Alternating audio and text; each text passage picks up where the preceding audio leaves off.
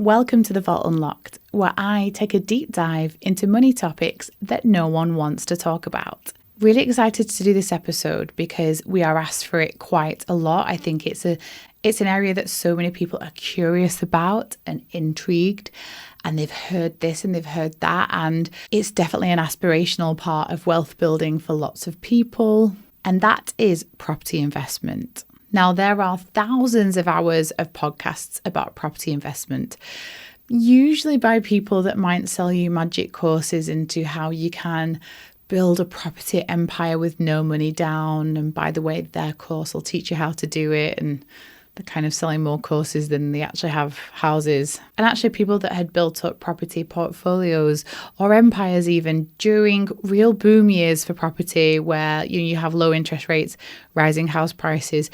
And it can be really tempting to think, I would like that too. And there's nothing wrong with that. And I myself am a landlord. Lots of you do know that. I own a rental property. I own one, and that's part of my diversified investment portfolio, but I certainly am not a seasoned landlord.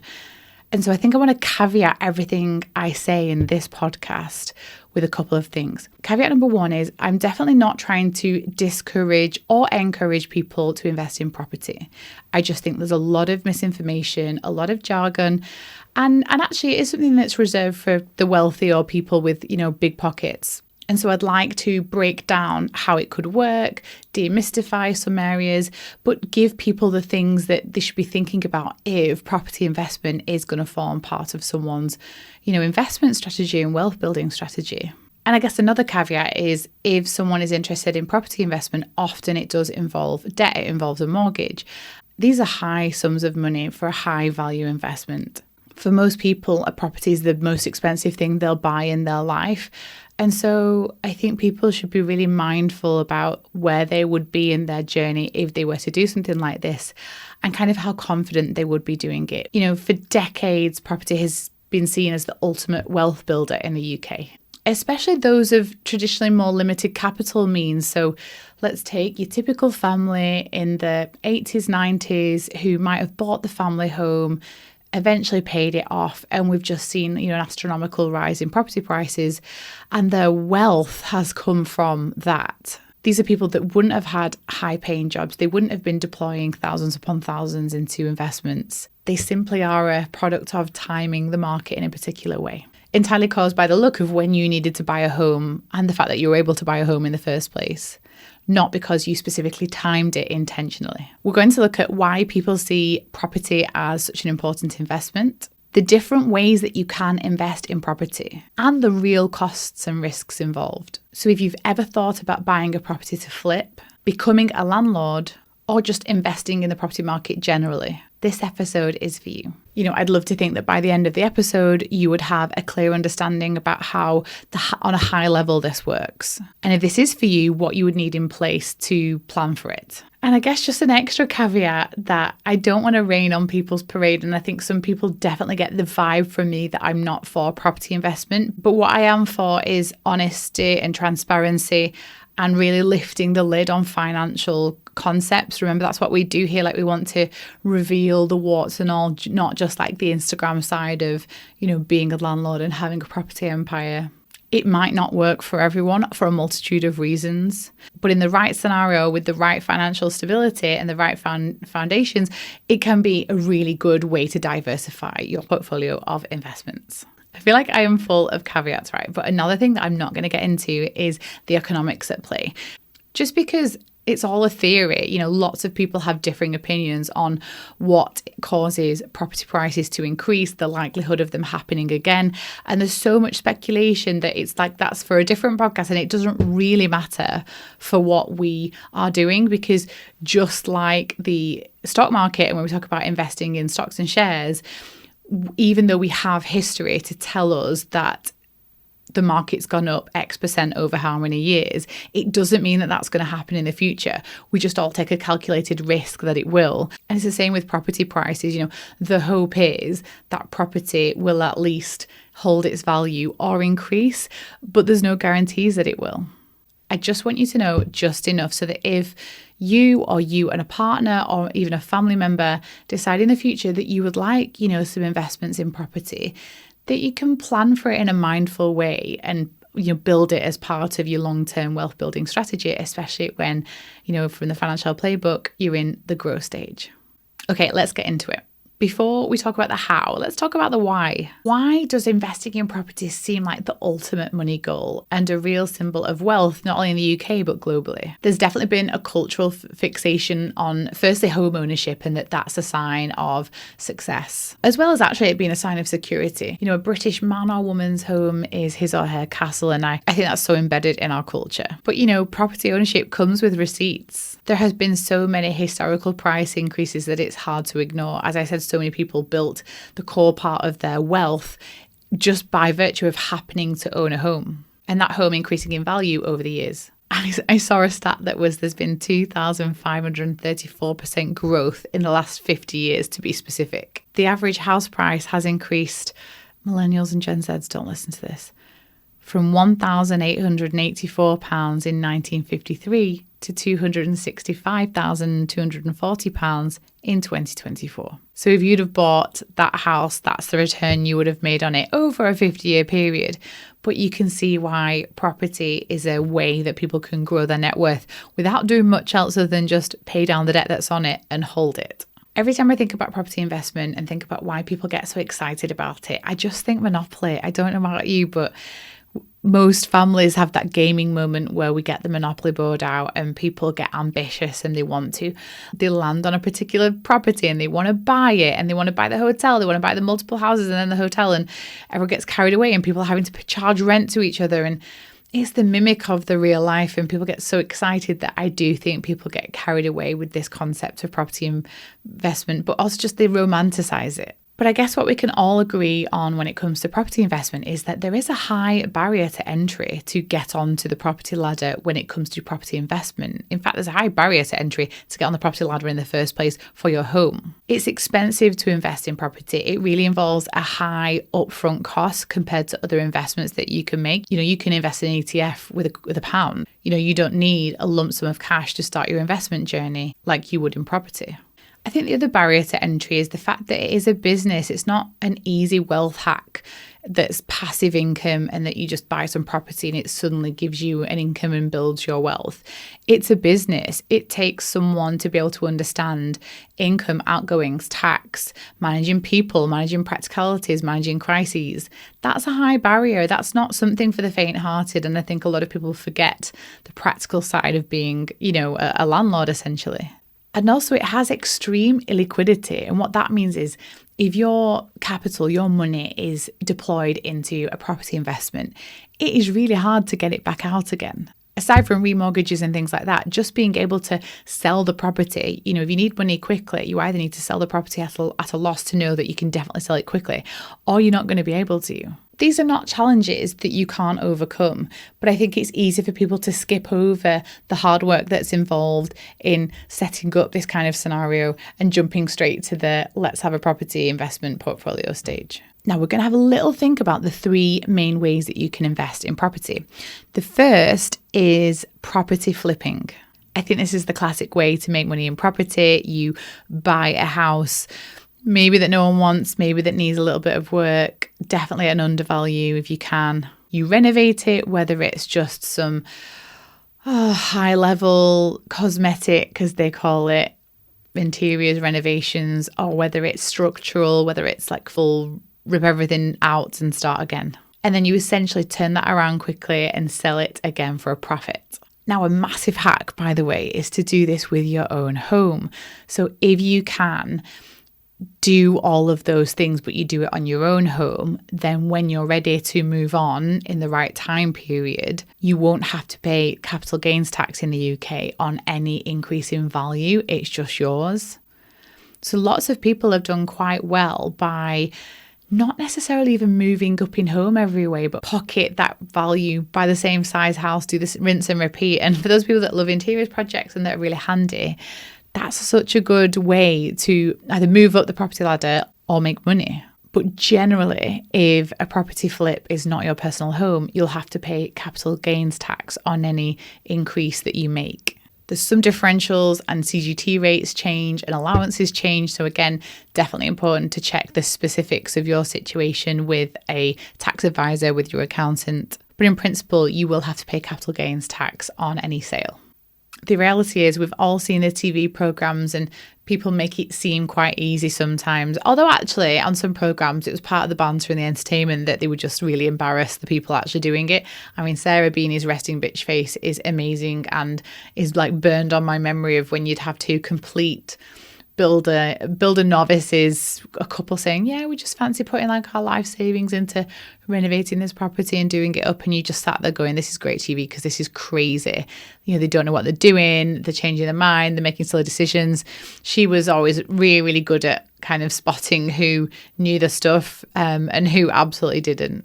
But flipping is high risk. There are obviously some benefits to it. There's always the potential for good returns if it's done right, especially if you're handy in the building trade or if you have a really good network in the building trade, if you have a particular skill set that you can kind of swap your skill with someone else, or that you could be a really good project manager. One or more of those can really help. And that's kind of like the secret sauce if you are going to get into property flipping. You can get a return in a specific period of time, like the quicker you can flip it and sell it, and then you can kind of get your cash out your investment. And for a capital sum to turn that around quite quickly, that's impressive. Usually we would leave our money either in a rental property or in the stock market, and we wouldn't be pulling the capital sum out. And with flipping, you don't have the commitment of being a landlord. It is far more a renovation project or a turnaround project. Even though some people renovate a house to become a landlord, it's a bit different than flipping. But as ever, the cons are many. As we said, this is super high risk, especially if you don't have the expertise. But even if you have the expertise, overlying market conditions can really help to highlight how risky this can be. Coming back to the Sarah Beanie world, you know, so many property investment enthusiasts relied on just the market going up anyway for their returns. In fact, often I remember them showing that property prices increased 10% during the filming of the show. And actually they'd have made X return if they'd have just bought it and done nothing with it or bought it and rented out for a bit. You know, it wasn't always the work that made the difference. In current market conditions, property prices are kind of staying put, maybe going up in some areas, but they're not massively going up. And so you couldn't flip and rely on increases in property prices to get your gain. It would have to be buying in at the right price, which would have to be an undervalue. You do not want to pay market value for a property.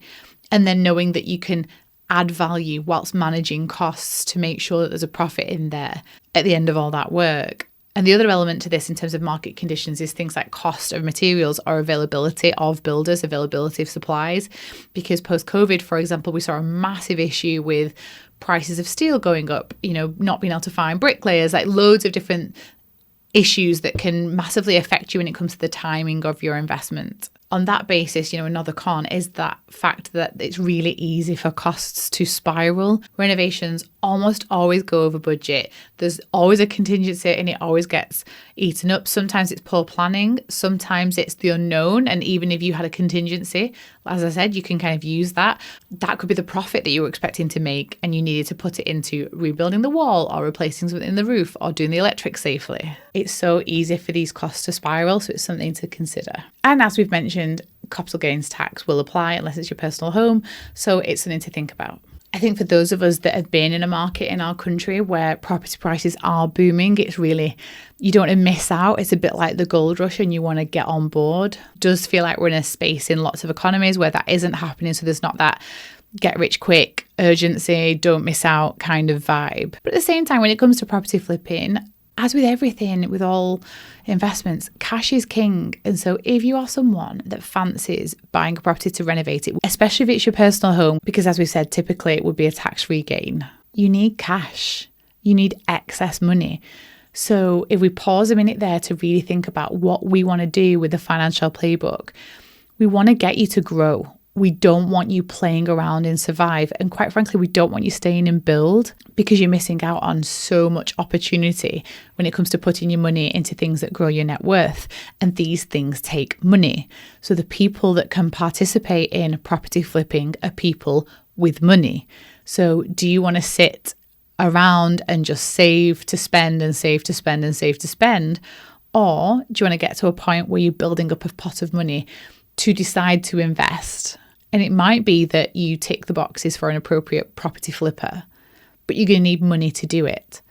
And the less leverage or debt you do it with, because some people do use debt to do property flips, the less risk in that scenario. Would love to hear actually of any experiences you've had with property flipping, either in your family, horror stories where it went wrong, or success stories. Like, we'd love to hear more of it. It's definitely something that we hear a lot less of now. The market is more stable and we don't see those natural market increases.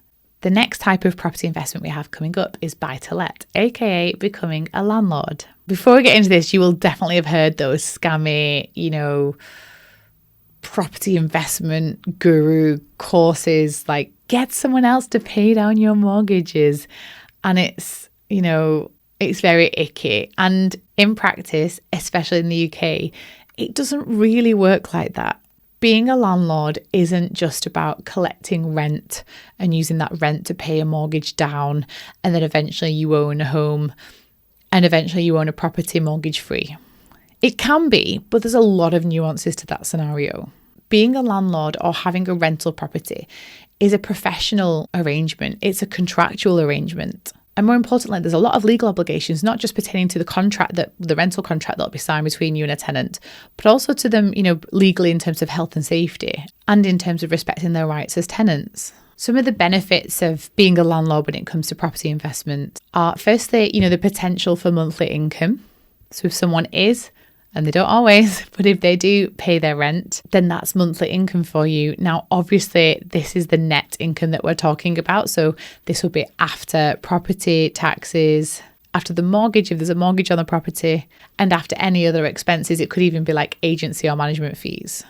Being a landlord, you actually also benefit from the capital appreciation of the property. So that's happening in the background as you are running your month-to-month rental business, essentially. People often also use leverage, aka borrowing and using a mortgage on the property, to get a higher return than they would if they were just kind of traditionally investing. And I'm going to explain this. So leveraging property means borrowed money, so the mortgage on the property. What leverage does allow you to do is control a large asset with a small upfront capital sum, so a small pot of money. Now, not a small pot of money, because we've just talked about how it's a high pot, but I guess what I mean is, if you were going to buy a property for £250,000, you may only need £50,000 down payment, and then you can borrow 200.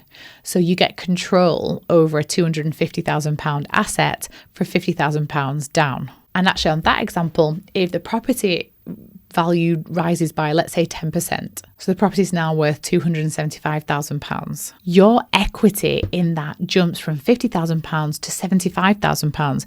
You have that whole £25,000 increase to yourself. So you've just had a 50% return on your cash investment. And this is where they get you. I'm going to be very, very clear. This is where the people that benefit from property investment courses and stuff like that benefit, because they use leverage as a way to say, you only need to put a bid in and you can get a lot back.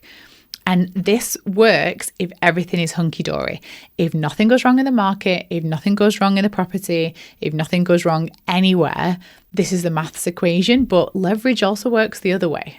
What happens if property prices fall? If property prices drop 10%, so the value of the property is now £225,000, the mortgage debt remains at $200,000. You don't get to decrease the amount you owe on the mortgage. You still owe $200,000. But your equity has actually shrunk from $50,000, which was the deposit that you put down, to $25,000. You have just borne the loss of that $25,000. Not the bank. They don't care. They've just got their $200,000 mortgage, and that's all they want. So just how leverage can amplify a gain, it can amplify a loss as well. And transparently, my personal view on that is that's just extra stress that we don't necessarily need in our lives. Like, this is not a model that you just put on a spreadsheet and pop it out the other side and say this is going to work. There's also the risk of negative equity, where actually the value of the property falls below the mortgage that's on it. And so then we get into a real highly pressured financial scenario where banks could get involved and everyone's a bit nervous. It's not as simple as like things are all great. It's risky. Some other things to bear in mind if you're thinking about having a buy to let is it's a high barrier to entry. You need obviously a deposit as you would if you were buying a property to flip, but typically you would need 25%. A lot of buy to let lenders require you to have that. If it's something that you really want to do, speak to a regulated mortgage advisor because they can help explain the buy-to-let mortgage market. This is not like the mortgage on your home. The percentages will definitely be higher. The deposit requirements will be higher. They'll look at what other assets you have. So they'll look at whether you already have a home and then look at see kind of can you afford the extra payments when it comes to the rental mortgage too. So many ongoing costs. We've talked about a few of them, but things like obviously taxes, mortgage, landlord's insurance, especially when people don't pay, letting agents, management fees, and the often one that people forget, but having an emergency fund for your property, because you are responsible if things need doing, especially they need doing legally, never mind morally, but legally. You need the money to be able to fix the things that could be dangerous, could be broken, could be a basic human right, could be just the right thing to do. You do need to, look after the general upkeep of your property. And that takes an emergency fund. And so this is again an example of where extra cash is needed to, I would say, adequately participate in this kind of area of property investment. Another thing people don't often know is when it comes to property investment in the UK on a traditional buy-to-let where it's held in your personal name, is that you're taxed from an income tax point of view on the income the property receives, so on the rent, not on the money you have left over once you've paid all of your typical expenses.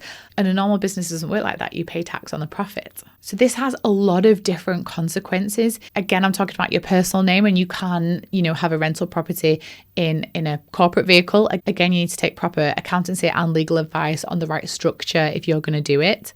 But on a personal level, that rental income, for example, my rental income on my property counts towards my self-assessment tax return, counts towards my income. Even though there are some allowances, they're nowhere near as fruitful or as helpful as they were. For those people that kind of have a higher income, it might be pushing you over and above being entitled to child benefit. It could be impacting your personal allowance because you're kind of getting up into those higher earning levels, but really you're not seeing that money. So much of it is probably going on the expenses kind of that are being used to operate that rental property. And I guess lastly, it's just not as passive as people think. You have to be an active and responsible landlord. You need to keep up to date with legislation. You need to make sure you've got a safe and stable home for your tenant. You need to make sure they pay. You need to make sure they've got everything they need. You need to make sure that you're doing your taxes properly. You've got all your documentation. It is a business and it's not for the faint-hearted. And you have to factor all that in to the possible returns, whether it's on the monthly income returns or whether it's on the value, the growth in value of the property. I often hear people have these nice lofty dreams about they'll buy a home, a starter home, and then they'll keep that and they'll buy another one and they'll rent the first one out. And the funny story is I did that, and it's not the right thing to do, especially because, and as I kind of learned as well, legislation can change and tax can change. And so whatever works now may not work in the future. When your first home's bought, it's bought as a home. It's not bought as an investment. It's not bought as a business. Now, it could work out that it happens to be the right kind of home to rent out in the right area, costs manageable, loads of different, it could be a good choice. But that's a lucky thing if it is. If you bought it to be a home first, not with, investment in mind, you wouldn't necessarily know of the rents that you could get in that particular area, and knowing that you get the right yield on, knowing that you get the right return on the money that you put down. I do get asked this question a lot, Laura, why do you not like property investment so much? Or why do you dissuade people from doing it when you have one? And I am totally transparent. I'll be honest with you guys. A wonderful family member lives in my house. And because I'm very lucky, but I've worked hard, I have a diverse portfolio of investments and I don't need that capital asset. And so it is growing in value, and my family member pays market rent and I pay, tax every year on that. And it washes its face in that it makes a little return, and I pay the tax and I build up a little pot for the house. And so when things need doing and we need to do stuff, or if an emergency happened, it's not from my personal emergency fund that I can go, but it doesn't, send me lots of riches. Again, it's going up in value, which is helpful, but it's absolutely a nice to have. I say this because people so often don't do the maths. It fits in our portfolio because it gives us that exposure to property, as well as we've got obviously our investments in the markets. But my family member would completely understand if I said, we've had a change of circumstance, I really need to sell the house, we need to get the equity out of it to do X, Y, and Z. That person would completely understand. And we have a really open relationship on that basis. But again, we work really hard to make that an investment and a diversified investment. But it certainly doesn't mean that I go around, telling people on Instagram, buy my course and let me help you how to be a landlord, because the reality is very, very different. Like, I take it very seriously. And because of the work that it could potentially involve, especially if it's not a family member, the potential for people to not pay, because I've heard horror stories of, tenants just literally not paying, needing lots of applications to court to get people evicted, properties being absolutely ruined, especially when people have bought quite a cheap property in maybe not a desirable area. So again, the big thing with property investment from a buy-to-let perspective for me is, if you are thinking about it seriously, it's a business. And so, as I always say, model it. Get your spreadsheet out, get your pen and paper out.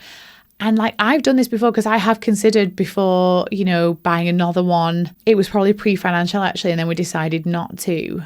And if we'd have done it, we'd have structured it differently legally. We would have bought a different type of property in a different place. We would have been all over the numbers to make it viable. We would have built up the biggest deposit possible to make sure that we either didn't need a mortgage or we need a smaller one as possible. Especially at the moment when you're at the mercy of interest rates, you can really see how an increase in interest rates can just wipe out, the return on, at least the monthly income return on a property investment. So it can work, but it's not easy. It takes a lot of thought. And sometimes you do all that work and go, okay, maybe at some point, okay, no, it's not for me. Some people are very happy to deploy, instead of money into property, they own the home and then that's it. And then it all goes in the market and it's completely passive. Yes, there's ups and downs. And yes, you may not get as big a returns from time to time, but you're not having to think about all the different things that come with becoming a landlord. Those are the two main types of property investment. There's the property flipping and there's the buy-to-let investor. But there's a sneaky other one that I do want to touch on. And this is a way that you can actually invest in property without actually owning it. And this is through real estate investment trusts. They're really popular in the US, but we do have them in the UK as well. And they just offer this ability to benefit directly from the property market without direct ownership and the responsibility that does come with that. So how do they work? Instead of you having to go out, find a property, deal with the logistics, put your deposit, handle the tenants, you invest in a real estate investment trust. So essentially, it feels practically like you're investing in the stock market. You put your money in, and the real estate investment trust is essentially a company. So you buy shares in that company, and they manage properties. They manage properties like shopping centres, office buildings, hotels, even apartments. These properties make money from rent, and real estate investment trusts have to legally pay out 90% of the profits. They pass the money back to you investors as dividends. So with this sneaky random option that not a lot of people have heard about, real estate investment trusts, there's no headaches of actually being a landlord. There's a really low barrier to entry. You could invest 50 quid, 100 quid on one of the more popular investment platforms that we have here in the UK and globally. You can cash out any time as long as there's no specific rules around the type of real estate investment trust you invested in. You don't have to wait for them to sell a property to kind of get your money back. And in some cases, they can provide a regular income. As with all investments, there are still drawbacks. One of them is you don't get the physical keys in your hand. You don't get that dream. You don't get the buzz that sometimes comes with some elements of our wealth building journey. You don't have control, so you don't have the ability to make decisions about that property. I'm pretty sure you won't want to, but you just don't have that. Returns completely depend on market performance as well. So if the company doesn't perform well, then, dividends may be small or not at all. But that's a sneaky one. And why I like to talk about real estate investment trusts is, do people want to invest or do they like the idea of being a landlord? Because I think they're two different things. And one is like a Hollywood movie vision of being a landlord sometimes. And the other is the more practical, do you want a return and what's important to you? And I think having a list of what you would like, do you want an easy life? Do you want passive? Do you want low barrier to entry? Or do you want more control and more choice and to play that game? And you can decide what's right for you. And, at least knowing why you're going into it. I do want to make a point, which I need people like south of Birmingham to tell me about this, right? Because in the north a lot, I hear people say that my property is my pension, or property is going to be my pension. People don't invest in pension. They say, I'll have my house. It always worries me because I really think people, one, don't get and understand the financial benefit of investing into a pension, the tax benefits, especially in the UK, the more diversified risk traditionally if you're invested in a low risk and widely spread pension. But if your home is your only asset at pensionable age, one, where are you going to live? Because if you have to sell the property to get access to cash to live, then you still have to have somewhere to live. You need to be able to sell your property at the right time for the right price to know that that can cover the expenses that you need, in retirement. And I just don't know if it's just an old school way of thinking. A paid off house is absolutely the dream, but it's not the pension, it's the home. Your pension or your retirement or your investments is, what you have to live off. And so if you have anyone in your life that ever says that, just have a little chat to them and say, what do you mean? And poke them a little bit on it. I'm all right if you do that. Don't physically poke them, but, chat to them about that and say, because I hear it so often and I hear it of a particular generation sometimes, but definitely it's a northern thing. So for this one, we definitely niched down. I wanted to talk about the high level concepts of property investment. I would love to know that I answered the questions that you have in the back of your mind, or help to kind of dispel some myths and bring to life the realities of what it's like if you want to invest in property. I love the aspirational. If people want a property portfolio, if they want an empire, if they want one rental property, if they want a holiday home that they Airbnb out, all these different things. I love the ambition and I want you to aspire to that. But at the same time, it is bonus stuff. We have to take care of the basics. You need emergency funds. You need to avoid consumer debt. Ideally, you would buy a home if that's for you in the right area where you can have this security and stability. And you have a really good retirement investments pot that is well diversified. And then we come on to having excess cash to be able to deploy into things that grow your net worth. And one of those things can be, if done in the right way with the right advice, property. But at the same time, I do not believe you're missing out on a get rich quick scheme and you have to do things recklessly and borrow loads of money and get involved in this big scheme, because you're not. There's a lot more to it, and the people that do this do it very, very well and very, very seriously. And there are way more horror stories of people rushing into it and doing it without good financial foundations than they are otherwise. So is property investment the key to wealth? Well, we've not answered that today, but what we have hopefully done is lifted the lid on an area of wealth building and personal finance that you may not have known all this about. So hopefully it was helpful. Anything we didn't answer, get it over to us in the inbox, thevault@financial.com, or DM us or community message us, because we'll cover it in a Q&A if that's helpful. But there we are. I'll leave it there. Have a great rest of day. I'll speak to you again one-on-one next Monday. Obviously, you'll be able to listen to The Vault on Thursday with the girls. And just a disclaimer, The Vault Unlocked is a light-hearted chat around money topics. It is not financial advice. Bye-bye.